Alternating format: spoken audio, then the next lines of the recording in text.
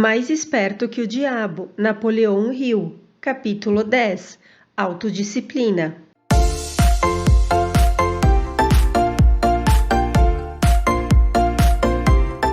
Seja bem-vindo ao canal A Mente Cria Sua Vida. Se você chegou a este vídeo, foi por alguma razão. Então, se você gostar dele, se inscreve no canal e ativa o sininho. Assim você será avisado sempre que postarmos conteúdos novos. Curta e comenta e compartilha. Fique agora com o capítulo 10, Autodisciplina. Pergunta: a que tipo de preparação uma pessoa deve se submeter antes de ser capaz de avançar com definição de propósito? Resposta: a pessoa deve ter domínio sobre si mesma. Este é o segundo dos 7 princípios. A pessoa que não domina a si mesma jamais poderá ser líder de outras. A falta de autodomínio é por si só a forma mais destrutível de indefinição. Pergunta: por onde uma pessoa deve começar quando ela quer iniciar um controle sobre si mesma? Resposta: dominando os 3 apetites responsáveis pela maior parte da falta de autodisciplina das pessoas. Os 3 apetites são o desejo por comida, o desejo pela expressão do sexo e o desejo de expressar opiniões imprecisas. Pergunta: o homem possui outros apetites que ele necessita controlar? Resposta: sim, muitos outros. Mas esses 3 são os que devem ser conquistados primeiro. Quando o homem torna-se mestre desses 3 desejos, ele desenvolveu autodisciplina o suficiente para conquistar todos aqueles desejos de menor importância. Pergunta: mas esses desejos são naturais. Eles devem ser satisfeitos se a pessoa está saudável e feliz. Resposta: tenha certeza de que eles são desejos naturais, mas eles também são perigosos porque as pessoas que não possuem autodomínio possuem uma tendência a se alienarem nesses desejos, tornando-os vícios. O autodomínio contempla um controle suficiente tal que todos os desejos podem ser satisfeitos de forma a cumprir com as necessidades básicas, alimentando o corpo com o que é necessário e segurando aquilo que é excesso.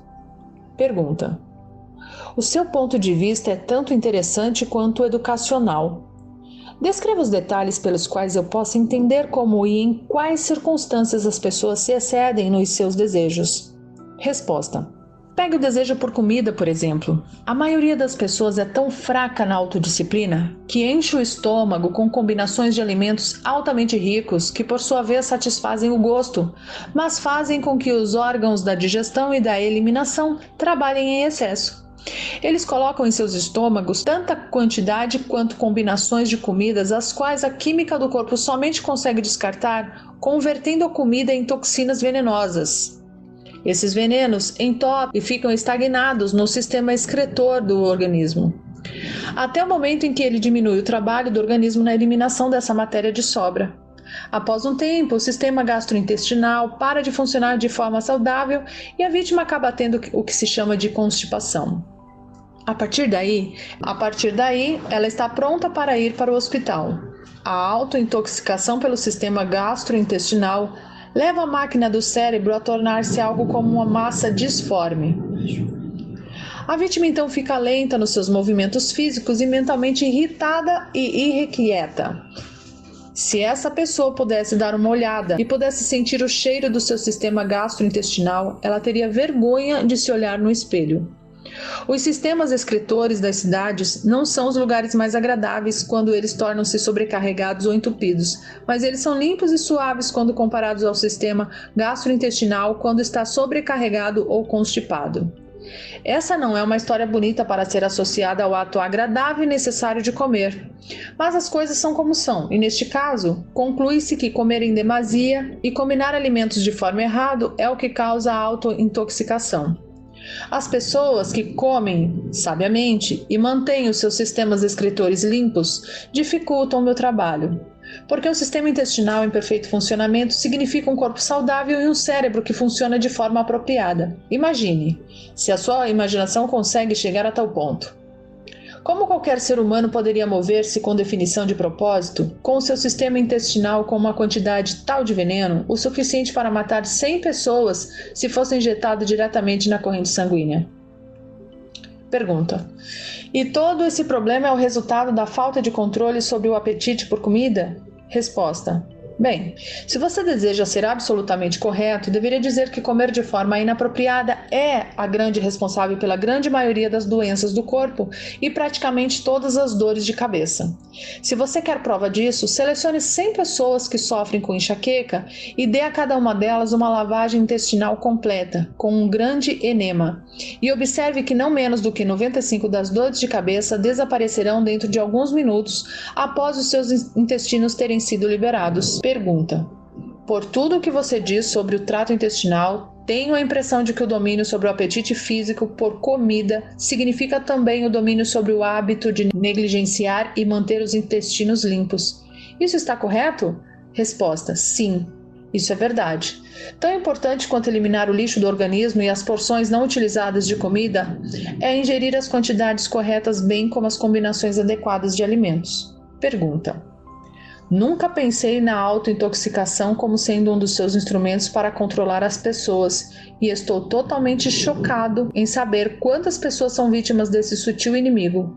Vamos ouvir o que você tem a dizer desses outros 2 desejos. Resposta: bem, vamos falar do desejo por sexo. Essa é uma força com a qual controla os fracos e os fortes, os velhos e os jovens, os ignorantes e os sábios. Na verdade, domino todos aqueles que negligenciam em dominar o desejo por sexo. Pergunta: como se pode dominar a emoção do sexo? Resposta: pelo simples processo de transmutar essa emoção em alguma forma de atividade que não seja a cúpula. Sexo é uma das grandes forças que motivam os seres humanos. Devido a esse fato, ela também é uma das forças mais perigosas. Se os seres humanos conseguissem controlar os seus desejos por sexo e os transmutassem em uma força propulsora pela qual eles conseguissem utilizar em suas ocupações, ou seja, se eles gastassem no seu trabalho metade do tempo que eles perdem à procura de sexo, eles nunca conheceriam a pobreza. Pergunta: pelo que estou entendendo, quer dizer que existe uma relação entre sexo e pobreza? Resposta: sim. Onde o sexo não está sob controle, se for permitido ao sexo mover-se em seu curso natural, ele rapidamente levará a pessoa ao hábito da alienação. Pergunta: existe alguma relação entre sexo e liderança? Resposta: sim. Todos os grandes líderes em todos os caminhos da vida são altamente sexuados, mas eles seguem o hábito de controlar os seus desejos por sexo, transformando-os em uma força propulsora que os motiva nas suas ocupações.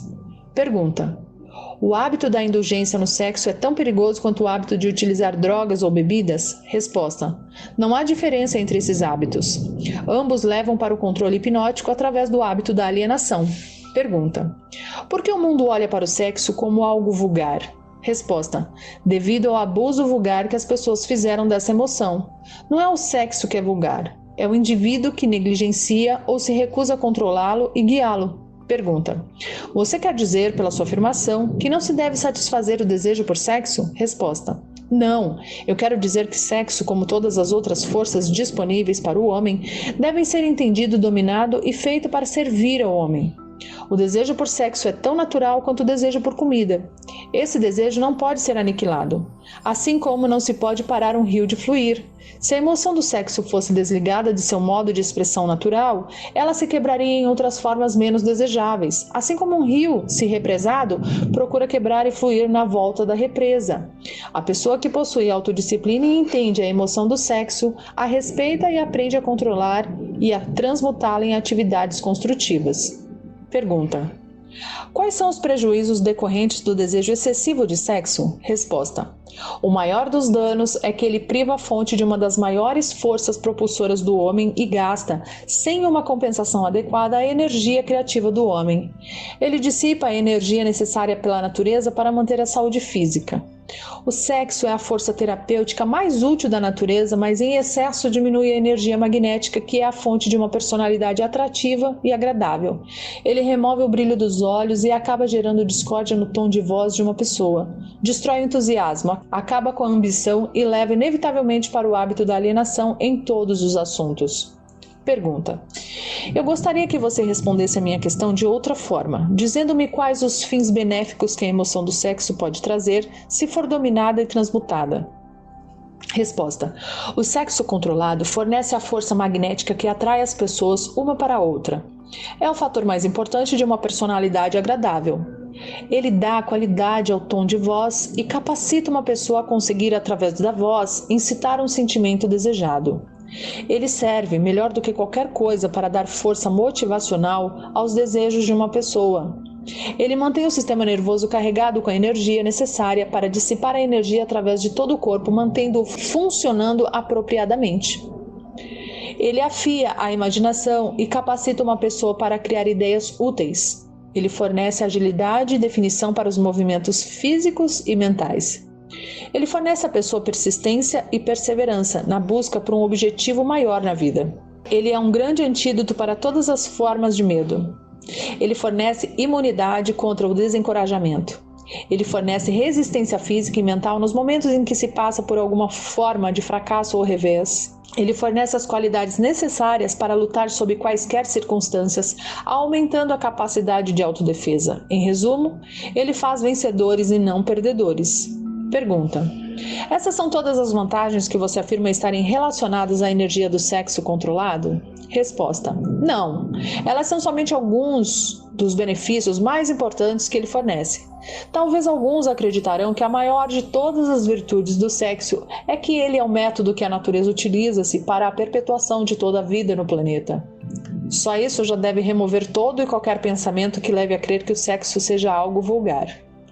Pergunta: pelo que estou entendendo, baseado no que você diz, a emoção do sexo é uma virtude e não uma falha. Resposta: ela é uma virtude quando controlada e direcionada para obter fins desejáveis. Ela é uma falha quando negligenciada e quando se permite sair do controle e levar-nos a atos de luxúria. Pergunta: por que essas verdades não são ensinadas para as crianças através de seus pais e das escolas? Resposta: ambos negligenciam isso porque, na verdade, desconhecem a real natureza do sexo. Para a manutenção da saúde do corpo, é tão necessário que se entenda e se use apropriadamente a emoção do sexo quanto é manter o sistema intestinal limpo. Os dois assuntos devem ser ensinados em todas as escolas e em todas as casas onde haja crianças. Pergunta: a maioria dos pais não precisaria de instruções adequadas a respeito das funções e do uso do sexo antes que eles pudessem inteligentemente ensinar às suas crianças? Resposta: sim, tanto eles quanto os professores das escolas. Pergunta: qual seria o grau de importância relativa que você daria para a necessidade de conhecimento apurado sobre o assunto sexo? Resposta: está próximo do topo da lista. Há apenas uma coisa de maior importância para os seres humanos, que é pensar com exatidão.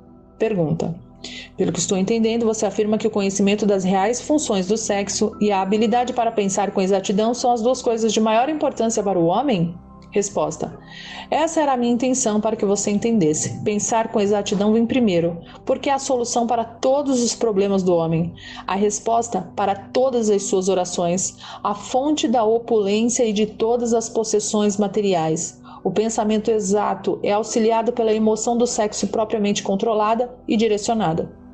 Isso porque a mesma energia que o homem usa para pensar, ele também usa para o sexo. Ela começa com todos aqueles que desejam ter autodeterminação suficiente para pagar o seu preço.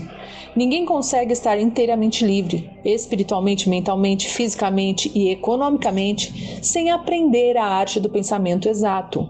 Ninguém consegue aprender a pensar com exatidão sem incluir, como parte do conhecimento necessário, informações sobre o controle da emoção do sexo através da transmutação.